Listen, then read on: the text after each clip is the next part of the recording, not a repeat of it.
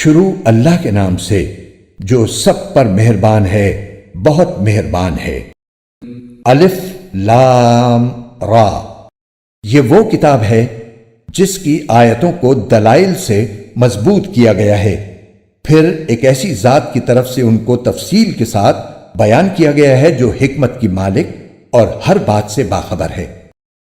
یہ کتاب پیغمبر کو حکم دیتی ہے کہ وہ لوگوں سے یہ کہیں کہ اللہ کے سوا کسی کی عبادت نہ کرو، میں اس کی طرف سے تمہیں آگاہ کرنے والا اور خوشخبری سنانے والا ہوں، اور یہ ہدایت دیتا ہوں کہ اپنے پروردگار سے گناہوں کی معافی مانگو، پھر اس کی طرف رجوع کرو، وہ تمہیں ایک مقرر وقت تک زندگی سے اچھا لطف اٹھانے کا موقع دے گا، اور ہر اس شخص کو جس نے زیادہ عمل کیا ہوگا اپنی طرف سے زیادہ اجر دے گا، اور اگر تم نے منہ موڑا تو مجھے تم پر ایک بڑے دن کے عذاب کا اندیشہ ہے۔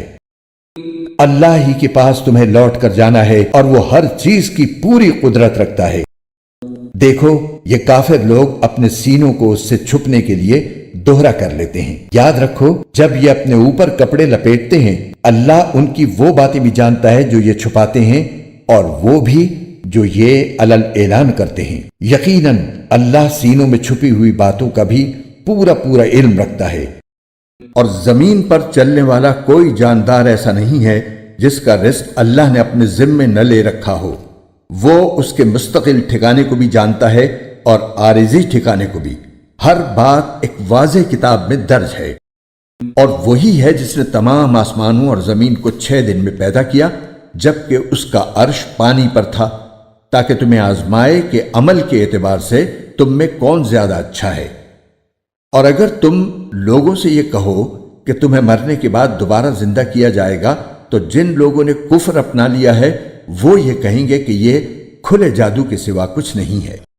اور اگر ہم ان لوگوں سے کچھ عرصے کے لیے عذاب کو مؤخر کر دیں تو وہ یہی کہتے رہیں گے کہ آخر کس چیز نے اس عذاب کو روک رکھا ہے؟ ارے جس دن وہ عذاب آ گیا تو وہ ان سے ٹلائے نہیں ٹلے گا، اور جس چیز کا یہ مذاق اڑا رہے ہیں وہ ان کو چاروں طرف سے گھیر لے گی۔ قرآن کے خوبصورت اور ایمان افروز اردو اور ہندی ترجمہ و تفسیر کے ویڈیوز کو دیکھنے کے لیے ہمارے چینل بیوٹیفل قرآن کے بھی کو لائک، سبسکرائب اور شیئر کیجیے۔ شکریہ۔